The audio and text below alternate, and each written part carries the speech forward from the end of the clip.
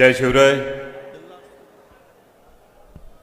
आदिशक्ती तुळजाभवानी, उभ्या हिंदुस्थानचा आराध्य दैवत छत्रपती शिवाजी महाराज आणि छत्रपती शिवाजी महाराजांनी या महाराष्ट्राच्या मातीतल्या माणसाला, या महाराष्ट्राच्या मातीतल्या युवकाला जगावं कसं हे शिकवल्यानंतर याच मातीतल्या युवकाला मरावं कसं ते नाही तर शेवटच्या श्वासापर्यंत लढावं कसं हे शिकवणारे छत्रपती संभाजी महाराज यांच्या पवित्र स्मृतींना अभिवादन करतो.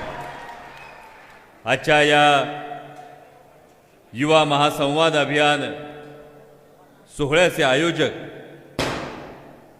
माझे मार्गदर्शक, माझे सहकारी, एकलव्य शिक्षण संस्थेचे अध्यक्ष, राष्ट्रवादी काँग्रेस पार्टीचे प्रदेश सरचिटणीस ॲडव्होकेट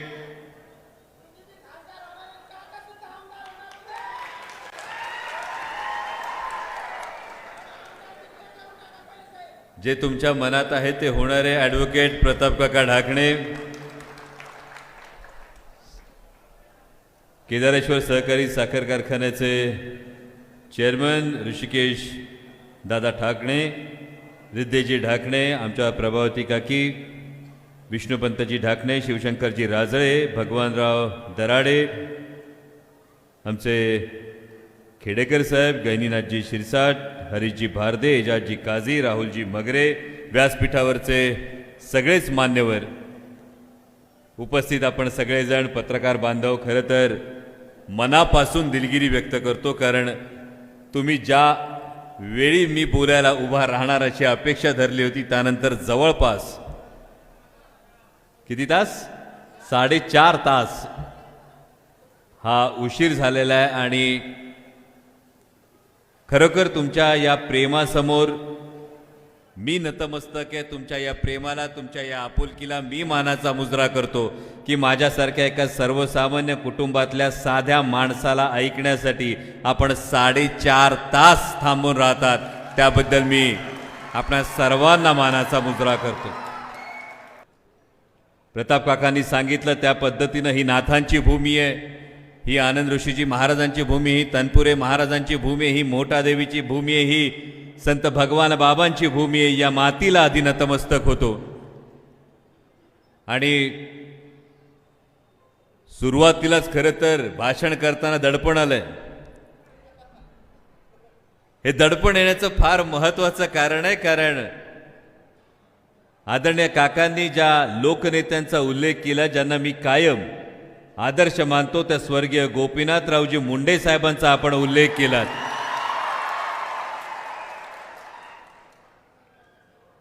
आणि आदरणीय काका, खरं तर सूर्यासमोर तुम्ही काजव्याला ठेवलं, या सगळ्यांचं प्रेम आहे. पण आदरणीय गोपीनाथ मुंडे साहेबांच्या नखाची सुद्धा सर अजून नाही, ती येण्यासाठी कायम प्रयत्न करीन, कारण वंचितांसाठी, शोषितांसाठी अव्याहतपणे लढण्याची जर कुणाची प्रेरणा असेल तर ती आदरणीय गोपीनाथरावजी मुंडे साहेबांची प्रेरणा आहे. आणि त्यामुळे आपण सुरुवातीलाच ही जी वाट बघण्याची ही जी परंपरा आहे, खरं तर अनेक रात्री जागल्यात गोपीनाथ मुंडे साहेबांची एक एक आठवण ऐकण्यासाठी, अनेक कार्यकर्त्यांच्या या आठवणी ऐकण्यासाठी. आणि खरं तर तुम्ही पहिल्यांदाच तो उल्लेख केल्यानंतर मी स्वतः निशब्द झालो. आणि मनापासून मी आभारी काका आपला की आपण जी खुर्ची ठेवली होती, तुमच्या मनातली जी भावना आहे ती तुम्ही व्यक्त केलीत. पण जसं सुरुवातीला म्हणालो, मला कोणतीही राजकीय पार्श्वभूमी नाही, अगदी सर्वसामान्य मध्यमवर्गीय शेतकरी कुटुंबातला मी व्यक्ती आहे. जी भूमिका केली ती छत्रपतींची भूमिका केली, ज्या छत्रपतींच्या नखाची सुद्धा सर आपल्याला नाही. केवळ भाग्य आहे कधीतरी गेल्या जन्मी छत्रपतींसाठी रक्त सांडलं असेल, म्हणून आज ते भाग्य मिळतं गळ्यात कवड्यांची माळ घालण्याचं, डोक्यावर जिरेटोप घालण्याचं. आणि त्या भावनेनं खरं तर तुम्ही खुर्ची ठेवलीत. पण मी कायम असं म्हणतो, स्टेजवरच्या खुर्चीचं काहीच देणं घेणं नाही, तुमच्या हृदयातली जागा तेवढी कायम ठेवा, ती कायम हवी आहे. आणि त्या जागेसाठी मी दिलगिरी व्यक्त करतो. मी खुर्ची तुम्हाला सिंहासनाची खुर्ची काढायला सांगितली, कारण अव्याहतपणे तरुणांच्या हितासाठी, सर्वसामान्यांच्या हितासाठी जी व्यक्ती धडपडते, जी व्यक्ती 40 महाविद्यालयांमध्ये जाऊन माझ्या तरुणांच्या मनात काय चाललंय हे पाहते, त्या प्रताप काकांच्या बरोबरीने बसणं हा मी माझा सन्मान समजतो. आणि त्यामुळे बसायचं तर सारख्या खुर्चीवर बसायचं. आणि सारख्या खुर्चीवर बसायचं तर तुम्ही म्हणालात इथली खुर्ची महत्वाची नाही, तुमच्या काळजातली जागा जास्त महत्वाची आहे. त्या काळजातल्या जागेवर नेऊन बसायचं नेहमी अप्रूप वाटतं. विशेषतः पाथर्डीमध्ये आल्यानंतर लोकनेते स्वर्गीय ढाकणे साहेबांच्या बाबतीत किती मोठा इतिहास आहे. म्हणजे कुसुमाग्रजांची कविता होती, स्वातंत्र्य देवतेची विनवणी, आणि त्यामध्ये जे होतं, सूर्यकुळाचा दिव्य वारसा प्रियपुत्रांनो तुम्हा मिळे. विचार करा, एक व्यक्ती त्याच्या तरुणाईमध्ये माझ्या गावात वीज नाही म्हणून विधानसभेच्या गॅलरीतून पत्रक भिरकवतो आणि तेच ढाकणे साहेब देशाचे ऊर्जा मंत्री होतात. इतकी मोठी प्रेरणा आहे. म्हणजे जिथं मी माझ्या हक्कासाठी भांडतो, जिथं मी माझ्या हक्कासाठी उभा राहतो, जिथं मी माझ्या हक्कासाठी संघर्षाची भूमिका घेतो, त्याच ठिकाणी मी जेव्हा देणाऱ्याच्या भूमिकेत येतो. हा जो ढाकणे साहेबांचा प्रवास आहे, हा ढाकणे साहेबांचा प्रवास या पाथर्डी तालुक्यातल्या प्रत्येकासाठी प्रेरणादायी. आणि तुम्हा बसलेल्या प्रत्येकाला एका वेगळ्या गोष्टीसाठी खरं तर वंदन करतो. आता येताना औक्षण केलं, औक्षण केल्यानंतर आधी तोंड गोड केलं जातं. पण हे तोंड गोड करण्यासाठी जी साखर वापरली जाते, ती साखर घरापर्यंत पोहोचण्यासाठी जे ऊस तोडणारे हात आहेत, त्या हातांच्या श्रमाला, त्या हातांच्या सुरकुत्यांना आधी अभिवादन करावं लागतं. कारण हा तो हात आहे जो भल्या भल्यांच्या घरची दिवाळी गोड करतो. आणि आज जेव्हा या युवा महासंवाद जो सोहळा, हा समारोप सोहळा आहे, हे जे अभियान तब्बल 40 पेक्षा जास्त महाविद्यालयांमध्ये प्रताप काकांनी जाऊन युवकांशी संवाद साधला, त्यांच्या व्यथा वेदना समजून घेतल्या. या व्यथा वेदना समजून घेत असताना आज खरोखर देशाची परिस्थिती काय आहे याचा फार महत्त्वाचा विचार होणं गरजेचं आहे. आज जगातली सगळ्यात मोठी लोकसंख्या आहे. आपण चीनला मागं टाकलं माहिती आहे ना. चीनला मागे टाकल्यानंतर आज जगातली सगळ्यात मोठी लोकसंख्या आपल्या देशाची आहे. सगळ्यात मोठी तरुणांची संख्या आपल्या देशात आहे. आणि ही तरुणाई म्हणजे पाण्याच्या प्रचंड साठ्यासारखी असते. या पाण्याच्या प्रचंड साठ्याला जर वाट मिळाली नाही तर कुठंतरी बांध फुटतो, आणि बांध फुटला तर प्रलय येतो. पण याच पाण्याच्या साठ्याला जर नीट कालवा करून दिला तर नंदनवन फुलतं. आणि प्रताप काका यासाठी अभिनंदन करतो की तुम्ही या पाण्याच्या साठ्याला कालवा करून देण्याचा उपक्रम या युवा महासंवादच्या माध्यमातून राबवला. आज बातम्या ऐकतो आपण, आत्ताही 31 तारखेला पुन्हा दिल्लीचं अधिवेशन होईल. दिल्लीच्या अधिवेशनामध्ये बजेट अधिवेशन आहे. या बजेटच्या अधिवेशनामध्ये आमच्या पत्रकार बांधवांकडून तिकडे अर्थमंत्र्यांनी दिलेले लाखो कोटी, हजारो कोटीचे आकडे तुम्ही पेपरमध्ये छापत राहाल. पुन्हा एकदा सांगितलं जाईल, देश जगातली पाचव्या क्रमांकाची आपला देशी अर्थव्यवस्था आहे. कितवी? 5व्या क्रमांकाची अर्थव्यवस्था आहे. पण ही 5व्या क्रमांकाची अर्थव्यवस्था होत असताना जेव्हा देशाची 90% संपत्ती ही अवघ्या 10% लोकांच्या हातात आहे आणि उरलेली 10% संपत्ती ही 90% लोकांमध्ये विभागली गेली आहे, तर देश 5वी अर्थसत्ता आहे, 5वी अर्थव्यवस्था आहे. याचा आम्हाला अभिमान नक्कीच आहे. पण आमच्या समोरचा सगळ्यात मोठा प्रश्न आहे, माझ्या घराच्या बजेटचं काय, माझ्या महागाईच्या प्रश्नाचं काय, माझ्या रोजगाराच्या प्रश्नाचं काय. मागच्या अधिवेशनात सुद्धा मी आणि आमच्या खासदार सुप्रियाताई सुळे आमचं निलंबन झालं. का निलंबन झालं? आम्ही मागितलं काय होतं? आम्ही मागितलं होतं कांद्याच्या निर्यात बंदीवर चर्चा करा. आम्ही मागितलं होतं शेतकऱ्यांच्या कर्जमाफीविषयी चर्चा करा. आज परिस्थिती बघून घ्या, कांद्याची निर्यात बंदी झाली. केवळ महाराष्ट्रातल्या शेतकऱ्यांचं गेल्या महिन्याभरातलं नुकसान आहे 1800 कोटी रुपयाचं. एका महिन्याभरातलं निर्यात बंदीमुळे झालेलं नुकसान. आज सोयाबीनची अवस्था बघा. 2013 साली 10 वर्षांपूर्वी 10-11 वर्षांपूर्वी 2013 साली सोयाबीनला भाव होता 6000 रुपये क्विंटल. आज 2024ला जानेवारी महिन्यात सोयाबीनचा भाव आहे 5000 रुपये क्विंटल. फरक काय पडलाय 10 वर्षात? तेव्हा 6000 रुपयांनी घालत होतो, 10 वर्षानंतर 5000 रुपयांनी सोयाबीन घालतोय. पण तेव्हा सोयाबीनचं तेल 60 रुपयांनी मिळत होतं, आता 110 रुपयांनी मिळतंय. तेव्हा 60 रुपयांनी पेट्रोल टाकत होतो, आता 110 रुपयांनी पेट्रोल टाकतोय. तेव्हा 400 रुपयाला घराचा गॅस होता सिलेंडर, आता 1200 रुपयांनी सिलेंडर मिळत आहे. आणि आम्ही फक्त या भावनेवर चाललोय, या प्रचारावर चाललोय की अच्छे दिन आले, देशाची 5व्या क्रमांकाची अर्थव्यवस्था आहे. हाच तर प्रश्न आहे. हे मुद्दाम तरुणाई समोर सांगतोय, कारण जोपर्यंत तरुणाई हे प्रश्न विचारत नाही, एक कायम लक्षात ठेवा,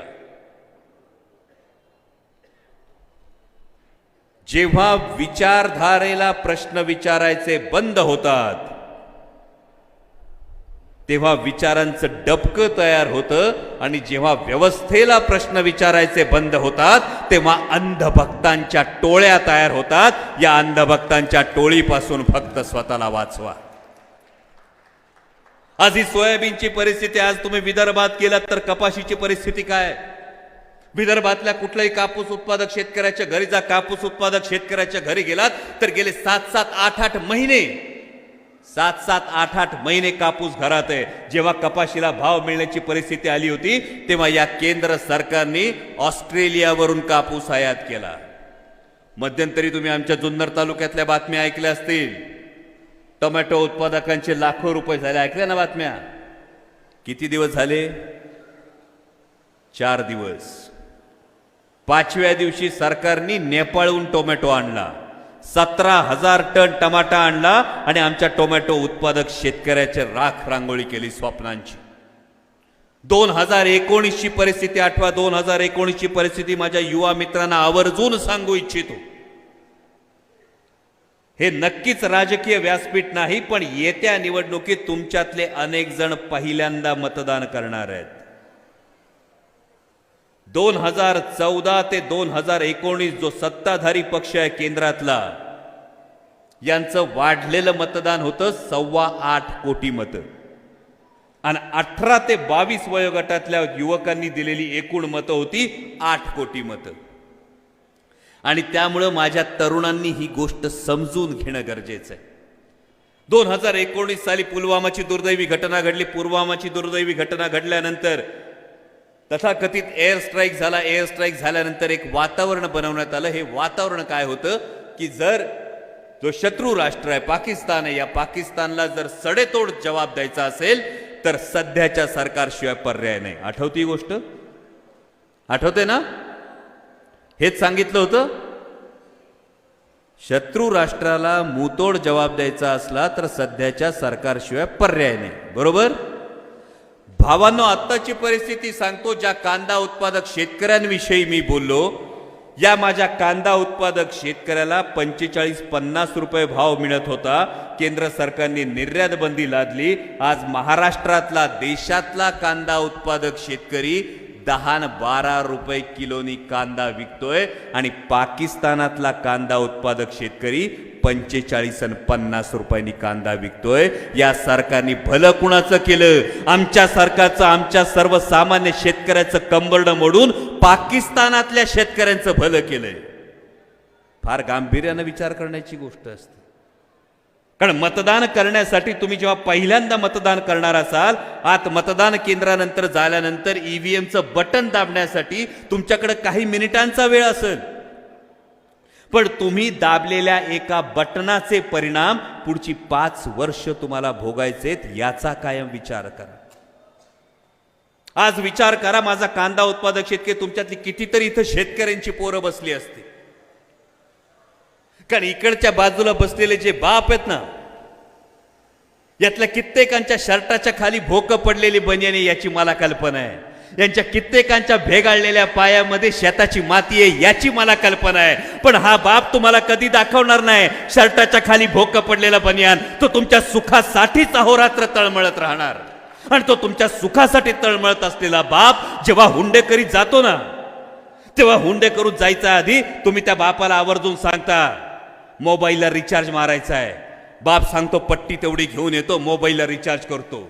कुणीतरी सांगतं नवीन कपडा आणायचा आहे, बाप सांगतो एवढी पट्टी आली शेतमालाची का तुला नवीन कपडा घेऊन देतो. बाप हुंडेकरीत जातो ना, हुंडेकरीतून येताना जेव्हा पट्टी बघतो ना शेतमालाची, तेव्हा चेहरा अख्खा खरकन उतरलेला असतो. कित्येकदा वाहतूक खर्च सुद्धा सुटत नाही. 5 वर्षांपूर्वी बटन दाबलं होतं ना, ते बटन दाबताना जो विचार केला नव्हता त्याचे हे परिणाम आहेत. विचार करा, 25 लाख कोटी रुपयांची कर्ज माफ झालीत उद्योगपतींची.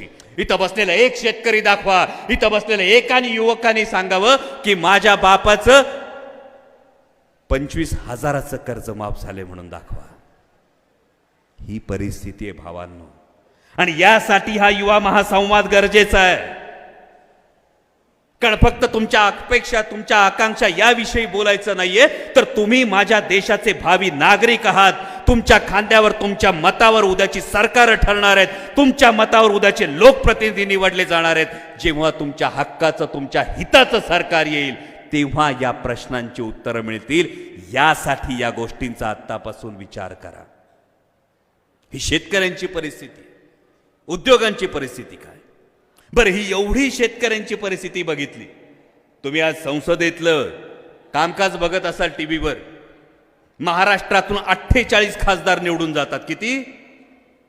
48 खासदार निवडून जातात. जे सत्ताधारी पक्ष आणि त्यांचे मित्र पक्ष आहेत ना, या 48 पैकी त्यांचे 39 खासदार आहेत. माझ्या पत्रकार बांधवांना कल्पना आहे याची. माझ्या पत्रकार बांधवांनी सांगावं, या 39 सत्ताधारी पक्षाच्या खासदारांपैकी मला एक खासदार दाखवून द्या जो माझ्या शेतकऱ्यांच्या प्रश्नाविषयी बोलतो. मला एक खासदार दाखवून द्या जो माझ्या महाराष्ट्रातून उद्योगधंदे जातात त्याविषयी बोलतो.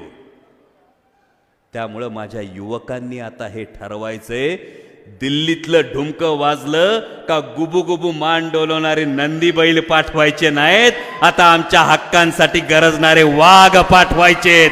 ही गोष्ट ध्यानात ठेवा.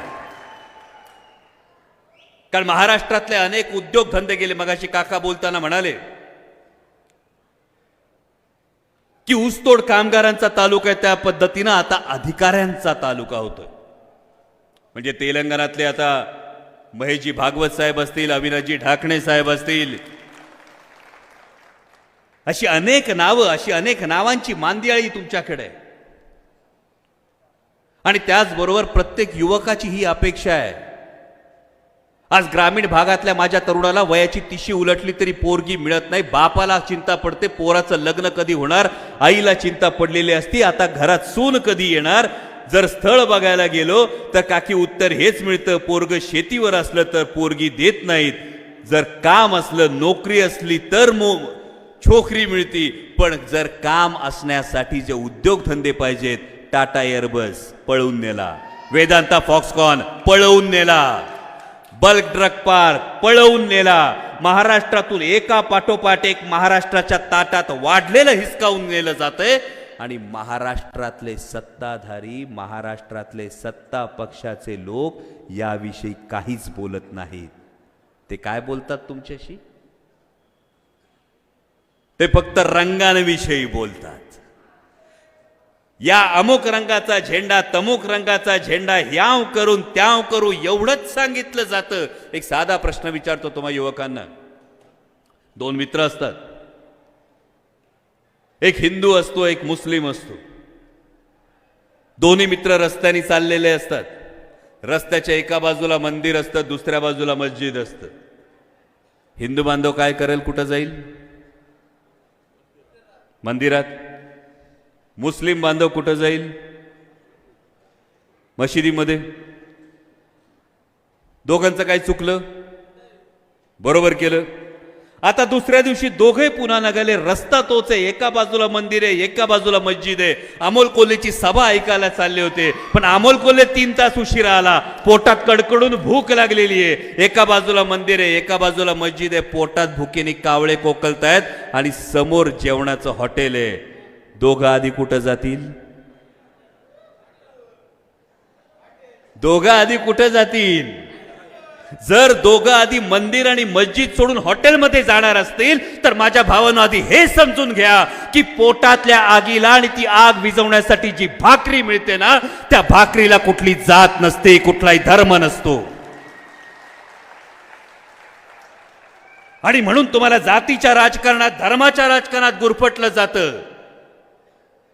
कधीतरी सांगितलं जातं अमुक इतक्या कोटी रुपयांचा सागरी सेतू बांधला, अभिनंदन आहे. अमुक सांगितलं जातं इतक्या कोटी रुपयांची, हजारो कोटी रुपयांची संसदेची नवीन इमारत बांधली, अभिनंदन आहे. एकदा सांगितलं जातं हजारो कोटी रुपये खर्च करून जी 500 वर्षांची जी मागणी होती ते राम मंदिर उभारलं, त्याचाही अभिमान आहे. पण महत्वाचा प्रश्न हा आहे की त्या मंदिरात जाण्यासाठी, त्या संसदेत मागणी करण्यासाठी, त्या पुलावरून जाण्यासाठी, त्या हायवेवरून जाण्यासाठी आधी माणूस तर जगला पाहिजे. आधी माणूस तर टिकला पाहिजे. जर माझा सर्वसामान्य शेतकरी टिकला नाही, जर माझा सर्वसामान्य युवक टिकला नाही, तर हजारो कोटी रुपयांच्या हायवेचे आणि हजारो कोटी रुपयांच्या सागरी सेतूचे उपयोग तरी काय होणार, हा प्रश्न विचारणं फार महत्वाचं आहे. आणि या चक्रव्यूहामध्ये माझा तरुण आज फसतोय. कुठंतरी जातीचं येतं, कधीतरी धर्माचं येतं. मला सांगा, क्रिकेट किती जण बघतात? क्रिकेटची मॅच बघता सगळे. विराट कोहली आवडतो का रोहित शर्मा आवडतो? हा,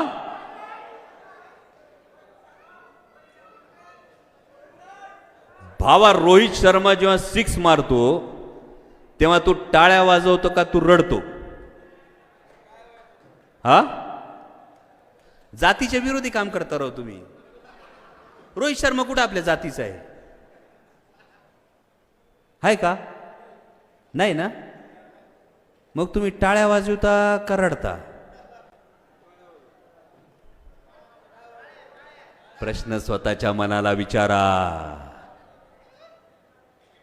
जेव्हा एखादा माणूस कर्तृत्व गाजवत असतो, जेव्हा एखादा माणूस देशाचं नाव मोठं करत असतो, तेव्हा तुम्ही जातीचं, धर्माचं बंधन बाजूला ठेवता. ही तुमची मूळ भावना आहे. आणि जेव्हा ही मूळ भावना तुमची जातीच्या, धर्माच्या गोष्टी बाजूला ठेवण्याची असेल, तर मग निवडणुकीत मत देताना नेमकी तीच गोष्ट कशाला समोर आणायची असती? माझ्या भावांना, जोपर्यंत या चक्रव्यूहातून तुम्ही सुटणार नाही, कायम एक गोष्ट लक्षात ठेवा. तरुण म्हणून पुढे चालत असताना आपल्या समोर 2 पर्याय असतात. एक पर्याय असतो, मी अमुक जातीत, अमुक धर्मात, अमुक पंथात, अमुक प्रांतात जन्माला आलो, याचा न्यूनगंड किंवा अहंकार बाळगणं, हा एक पर्याय असतो. आणि दुसरा पर्याय हा असतो की मी कुठल्याही जातीत, कुठल्याही धर्मात, कुठल्याही पंथात, कुठल्याही प्रांतात जन्माला आलो तरी माझ्या कर्तृत्वानं माझं व्यक्तिमत्व अशा उंचीवर नेऊन ठेवील की माझा माझ्या जातीला, माझा माझ्या धर्माला, माझा माझ्या पंथाला, माझा माझ्या प्रांताला आणि माझा माझ्या राष्ट्राला अभिमान वाटेल. तरुण म्हणून काम करत असताना कायम दुसऱ्या पर्यायानं काम करावं लागेल. इथं मोठ्या संख्येनं माता भगिनी आहेत. मी कायम माता भगिनींविषयी बोलतो. कधीही जेव्हा माता भगिनींशी संवाद साधण्याची वेळ असते, सगळ्यात मोठी प्रेरणा इथे आहे. म्हणजे जर काम करण्याची सगळ्यात मोठी प्रेरणा असेल, निस्पृहपणे काम करण्याची सगळ्यात मोठी प्रेरणा कोण असेल, तर ती फक्त आपली माऊली असते. जगातलं एकच नातं आहे हो. लहान लेकरू जेव्हा मांडीवर खेळवत असतं तेव्हा त्या लेकराची लाथ खाऊन सुद्धा त्याचा प्रेमानं मुकं घेण्याचं एकमेव नातं जे का असेल ते माऊलीचं नातं आहे फक्त. आणि या माता भगिनींकडून तर फार मोठी अपेक्षा आहे, या युवतींकडून फार मोठी अपेक्षा आहे. कारण तुम्हाला फार मोठा वसा लाभलाय, फार मोठा वारसा लाभलाय. कारण जर कोणी असं म्हणत असेल, जेव्हा पण काका असं सांगितलं जातं की महिला सशक्तीकरणाचं धोरण, तेव्हा आधी माझ्या छातीत धस्स होतं. म्हटलं अहो, जी मुलगी, बहीण, आई, बायको, आजी, वहिनी एवढी सगळी नातं निभावू शकते, त्या माझ्या माता माऊलीला तुम्ही काय सशक्त करणार? अहो, तिला मातृत्व, कर्तृत्व आणि नेतृत्वाचा वसान वारसा लाभलाय. कारण तिला जो वसान वारसा लाभलाय तो राष्ट्रमाता जिजाऊ साहेबांच्या मातृत्वाचा लाभलाय. तिला जो कर्तृत्वाचा वारसा लाभलाय तो क्रांतीज्योती सावित्रीबाई फुलेंच्या कर्तृत्वाचा लाभलाय. आणि तुला जो नेतृत्वाचा वसान वारसा लाभलाय तो पुण्यश्लोक अहिल्याबाई होळकरांच्या नेतृत्वाचा लाभलाय. आणि म्हणून जेव्हा इकडच्या बाजूविषयी बोलतो तेव्हा इकडच्या बाजूविषयी बोलणं तेवढंच गरजेचं असतं. कारण फक्त कपाळावर चंद्रकोर लावली आणि जय शिवराय, जय भवानी, जय शिवाजी म्हटलं म्हणजे शिवभक्ती होत नाही. कपाळावर चंद्रकोर लावली आणि नाक्यावर उभ्या असलेल्या भगिनीकडे वाकड्या नजरेनं बघितलं तर स्वतःला प्रश्न विचारायचा असतो, कल्याणच्या सुभेदाराच्या सोन्याची साडी चोळी देऊन पाठवणी करणाऱ्या माझ्या छत्रपतींचा वसान वारसा सांगण्याचा अधिकार मला आहे का? हे का सांगतो? हे कशासाठी सांगतोय? तर जी भौतिक सुख असतात, ज्याच्याकडे सायकल असती त्याला वाटतं मी 2 चाकी घ्यावी, ज्याच्याकडे दुचाकी असती त्याला वाटते मला 4 चाकी घ्यावी, दुचाकी 4 चाकी घेतल्यानंतर मला वाटतं माझ्याकडे आणखी SUV असावी. आणि हे सगळं झाल्यानंतर प्रश्न विचारतो, मी नेमका धावतोय कशासाठी? म्हणजे मगाशी काकांनी आदरणीय शरदचंद्रजी पवार साहेबांचा उल्लेख केला. हे करत असताना, ही राजकीय भूमिका घेत असताना, ही राजकीय भूमिका माझ्यासारखा कुठलीही राजकीय पार्श्वभूमी नसलेला व्यक्ती का घेतो याचंही उत्तर देतो. कारण माझ्या माता मावल्या कधीच आपल्या लेकराला सांगत नाही ना, बाळा तू लांडी लबाडी कर, तू चोरी चपाटी कर, पर तू श्रीमंत माणूस हो. हाय कुठली माई जिने आपल्या लेकराला हे सांगितलंय? तुम्हाला कधी आईने सांगितलंय बाळा तू लांडी लबाडी कर, चोरी चपाटी कर, पण श्रीमंत माणूस हो, मोठा माणूस हो, असं कधी सांगितलंय? कारण माझ्या माता माऊल्यांची ही संस्कृती आहे, ज्या नेहमी सांगतात बाळा रोज पुरणपोळी नाही मिळाली तरी चालेल, एक वेळ चटणी भाकर खाऊन राहा, पण तत्वानी जग, सत्वानी जग आणि चांगला माणूस हो. आणि म्हणून ही गरज, या भौतिकतेच्या संपूर्ण प्रवासात ही तत्व, ही मूल्य, ही कायम टिकण्याची, ही टिकवण्याची आज गरज आहे. आज जेव्हा तुम्ही देशाचं राजकारण बघता, महाराष्ट्राचं राजकारण बघता, तेव्हा परवा मला एक पत्रकार बांधव गमतीनं म्हणाले, ते म्हणाले की डॉक्टर आता लग्नांचा सीझन जवळपास संपत आलाय, काही काही आहेत लग्न, पण लग्न करताना आधी पत्रिका बघण्याचा आपल्याकडे रिवाज आहे, बरोबर ना? म्हणजे पत्रिकेत सगळे ग्रह जागेवर आहेत का, काय ते राहू, केतू, शनी, काय मंगळ आहे का, हे सगळं बघतात. मला एक माझे ज्येष्ठ पत्रकार म्हणाले, डॉक्टर आता कदाचित निवडणुकीच्या आधी आईस पत्रिका बघायचा वेळ येईल. आता ही आईस पत्रिका काय असती? म्हणजे आपल्याला जन्मपत्रिका माहिती आहे, लग्न कुंडली माहिती आहे, जन्मकुंडली माहिती आहे, तशी ही नवीन कुंडली आली आहे, राजकारण्यांच्या नशिबात असते, त्याला आईस कुंडली म्हणतात. इन्कम टॅक्स, CBI आणि EDची कुंडली. जर इन्कम टॅक्स, CBI आणि EDचा ग्रह जर तुमच्या पत्रिकेत नसल तरच मतदान द्या, नाहीतर मतदान कोणालाही दिलं तर यातला कुठलाही ग्रह मध्येच जागा होतो आणि ज्याला मतदान दिलं तो ज्या पक्षात असेल तो त्या पक्षातून उठतो आणि तो सत्ताधारी पक्षात जाऊन बसतो. हे माझे पत्रकार बांधव सांगत होते, मी म्हणत नाही. हे आवर्जून तुम्हाला सांगण्याची गरज अशासाठी आहे, कारण हे जे मत तुम्ही देणार आहात, विशेषतः युवक म्हणून तुम्ही जे मत देणार आहात, यांनी तुमची पुढची 5 वर्ष ठरणार आहे, त्यांनी राज्याचं धोरण ठरणार आहे, यांनी राष्ट्राचं धोरण ठरणार आहे. आणि मग असा प्रश्न पडतो, प्रत्येकाला वाटतो की मग काय सगळंच नैराश्य आहे का? म्हणजे कशातच राम नाही का? म्हणजे आमच्या बापाच्या शेतमालाला भाव मिळणार नाही, आमच्या नोकरीसाठी ज्या काय परिस्थिती आहेत, ज्या काय संधी आहेत, ते उद्योगधंदे पळवून नेले जाणार. आम्ही ज्या राजकारण्यांना विश्वासाने मतं देतो ते राजकारणी पक्ष तरी बदलणार नाही, तर अख्खाच्या अख्खा पक्षच फोडला जाणार. मग सगळीकडे निराशा आहे का? जेव्हा हा प्रश्न येतो तेव्हा सुरुवातीला जे म्हटलं, सूर्यकुळाचा दिव्य वारसा प्रियपुत्रांना तुम्हा मिळे, अंधाराचे करू न पूजन व्रत घुबडांचे करू नका. त्यामुळे या अंधाराकडे बघण्यापेक्षा त्या उजेडाकडे बघणं जास्त महत्वाचं आहे. आज महाराष्ट्राच्या राजकीय क्षितिजावर जेव्हा आपण बघतो तेव्हा आजही या वयात 83 वर्षांचा एक योद्धा महाराष्ट्राच्या हितासाठी लढताना आपण बघतो. राजकीय भावना, राजकीय विचार बाजूला ठेवा. जर लढण्याची प्रेरणा घ्यायची असेल तर आदरणीय शरदचंद्रजी पवार साहेबांकडे बघा.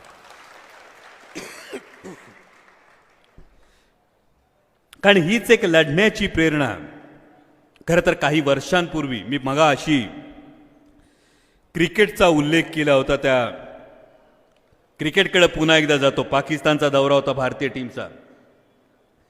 वकार युनुस, अकीब जावेद, वसीम अक्रम असे बॉलर होते. तुमच्यातल्या काही जणांना आठवत असतील, काही जणांना आठवत नसतील. आणि एक जेमतेम 16-17 वर्षाचा कोवळा पोरगा भारताकडून क्रिकेट खेळायला पाकिस्तानच्या दौऱ्यावर गेला होता. त्या व्यक्तीचं नाव सचिन तेंडुलकर.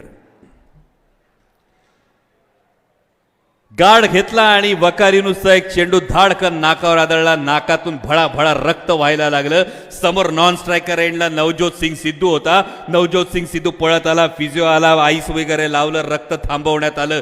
संपूर्ण शर्टावर रक्ताचे डाग पडले होते. नवज्योत सिंग सिद्धू घाबरला होता. आता या पोराचं करिअर संपलं. पहिलाच बॉल नाकाडावर आदळलाय, नाक फुटलंय, घोळणा फुटलाय, रक्तानी शर्ट भरलाय. आता हे पोरग काय परत बॅट पकडत नाही. नवज्योत सिंग सिद्धूनी त्याला सांगितलं, बेटा तू पॅवेलियन में जा. ते पोरग लडखडत उभं राहिलं. त्यांनी बॅट हातात धरली आणि ते म्हटलं, मैं खेलेगा, मैं खेलेगा. जर त्या दिवशी सचिन तेंडुलकर म्हणालेले असते मैं खेलेगा, तर जगातले सगळे विक्रम आज त्यांच्या पायापाशी नसते. आज भारतरत्न पुरस्काराने सन्मान मिळवलेला क्रिकेटपटू. ही भावना, हा प्रसंग का महत्वाचा आहे, तर तुमच्या काय माझ्या सुद्धा आयुष्यात तेवढ्याच अडचणी असतात. म्हणजे मगाशी मला आल्या प्रताप काकांनी सांगितलं, हेलिकॉप्टरची वाट बघत असताना गाडीच्या बॉनेटवर भेळ भत्ता ठेवून मी खाल्लाय. त्यांनी व्हिडिओ पाहिलाय. तुम्ही पाहिलाय की नाही मला माहित नाही. तुम्हाला जशी अडचण होती जेवायला कधी मिळणार, मला पण तशीच अडचण आहे. आता वाजले 4:30. पण अडचणी प्रत्येकाच्या आयुष्याच्या असतात. प्रत्येकाच्या आयुष्यात अडचणी असतात. तुमच्याही असतात, माझ्याही असतात. जसं तुमच्या आयुष्यात अडचण असते की मला पोराची फी भरायला जमणार आहे की नाही, तसाच माझ्या माता माऊलीला अडचण असते, माझा महिन्याचा किराणा मला महिनाभर पुरणार आहे की नाही, मी केलेला स्वयंपाक हा समोरच्याला आवडणार आहे की नाही. मला तुमच्या माझ्या युवकाला अडचण असते, मी शिकतोय पण या शिक्षणाला काही नोकरी मिळणार आहे की नाही. आणि ह्या सगळ्या ज्या अडचणी असतात, या अडचणींचे काही पर्याय शोधले जातात. म्हणजे मध्यंतरी मला एका मित्राने सांगितलं, डॉक्टर लई टेन्शन आलं ना की मी आपला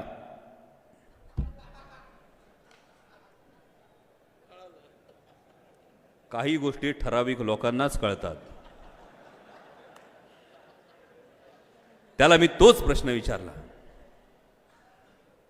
खूप टेन्शन आल्यानंतर जेव्हा तू तो ग्लास भरत असशील तर काय होतं?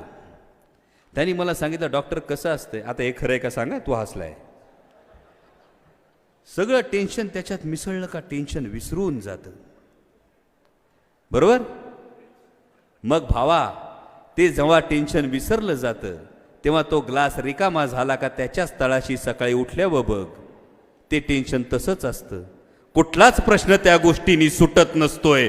फक्त त्या प्रश्नापासून जी पळवाट असती, ही पळवाट ती असती. जर छत्रपती शिवाजी महाराजांनी अफजल खान चालून आल्यानंतर पळवाट स्वीकारली असती तर प्रतापगडाच्या पायथ्याशी अफजल खानाचा कोथळा महाराजांनी काढला नसता. जर छत्रपती शिवाजी महाराजांनी औरंगजेबाचं आक्रमण आल्यानंतर पळवाट स्वीकारली असती, मिरचा राजा जयसिंगाला, शाहिस्ते खानाला एकामागून एक आक्रमण आलं, जर छत्रपती शिवाजी महाराजांनी पळवाट स्वीकारली असती तर स्वराज्य कधीच निर्माण झालं नसतं. आणि म्हणून सांगतो भावांनो, टेन्शन किती मोठं असलं तरी रेल्वेच्या फलाटावर जो माझा हमाला बांधव असतो ना, त्याच्याकडे बघा. जेव्हा बोजा डोक्यावर असतो तेव्हा आपली आणि आपल्या व्यक्तिमत्वाची उंची कमी असते.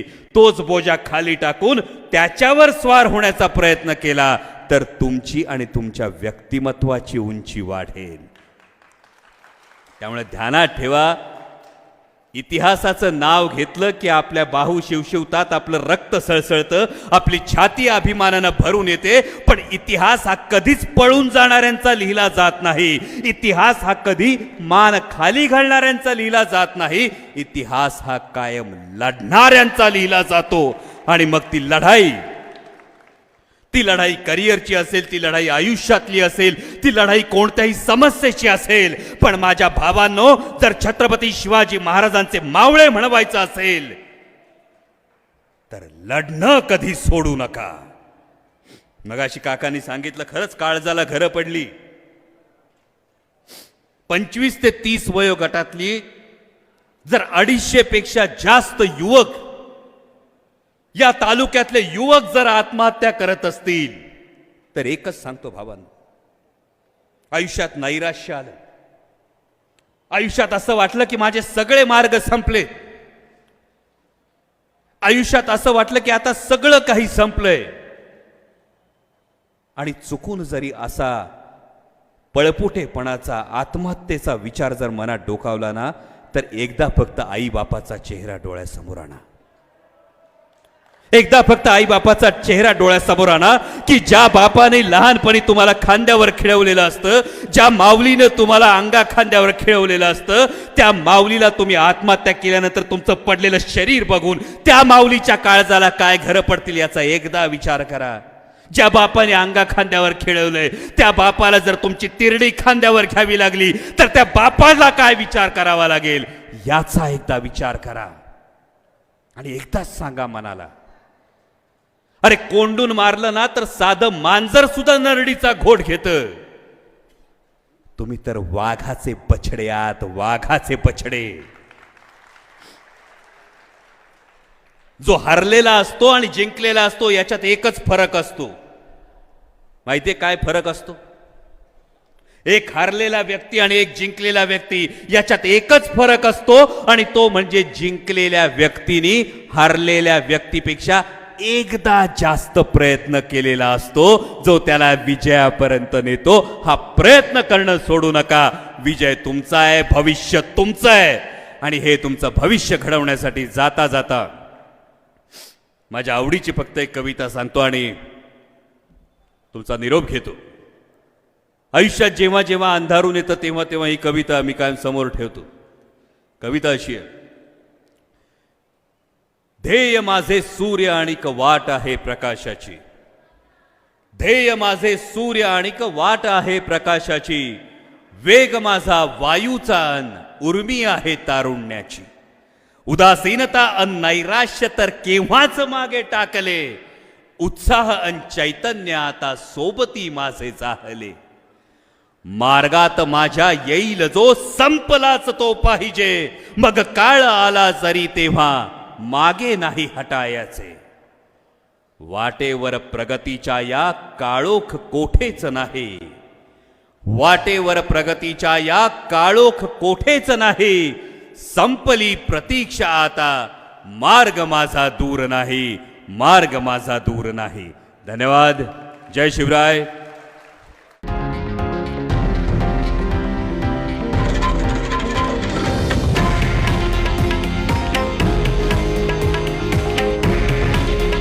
हे आहे देशातील नंबर 1 न्यूज नेटवर्क आणि आपण पाहत आहात TV9 मराठी. काळजी तुमची, हित महाराष्ट्राचं.